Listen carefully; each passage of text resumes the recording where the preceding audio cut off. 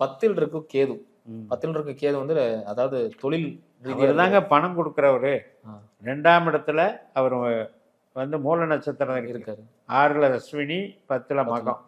அப்படிப்பட்ட கேது இப்போ யாருக்கெல்லாம் ஆரம்ப புள்ளியா விருச்சிக லக்னத்தில் இருக்காங்களோ அவங்களுக்கெல்லாம் கேது தான் பணம் கொடுக்குற கிரகம். அவங்களுக்கு நேச்சராகவே பார்த்தீங்கன்னா பேசி சம்பாதிக்கிற குணம் இருக்கும். அவங்களுடைய பேச்சு திறமையிலேயே சம்பாதிக்கிற யோகம் இருக்கும். அதே மாதிரி பலதரப்பட்ட தொழில் செய்கிறவங்களாம் இருக்கும். கேதுனால என்னன்னா கிட்டத்தட்ட ஒரு மெஜிஷியன் மாதிரி. மல்டிபிள். மல்டிபிள் மெஜிஷியன் மாதிரினா தந்திரம் தெரிந்தவர்கள்னு அர்த்தம். எந்த நேரத்தில் என்ன அடாப்டேஷன் எடுத்துக்கிட்டா நமக்கு அது நல்லதில் கொண்டு போய் விடணும்னு கணிச்சிருவாங்க. கரெக்டாக கணிச்சு அதில் வந்துடுவாங்க. நினச்சா அவங்க வந்து ஃபீல்டை மாற்றிக்குவாங்க. அதுக்கும் அவங்க தயாராக இருப்பாங்க.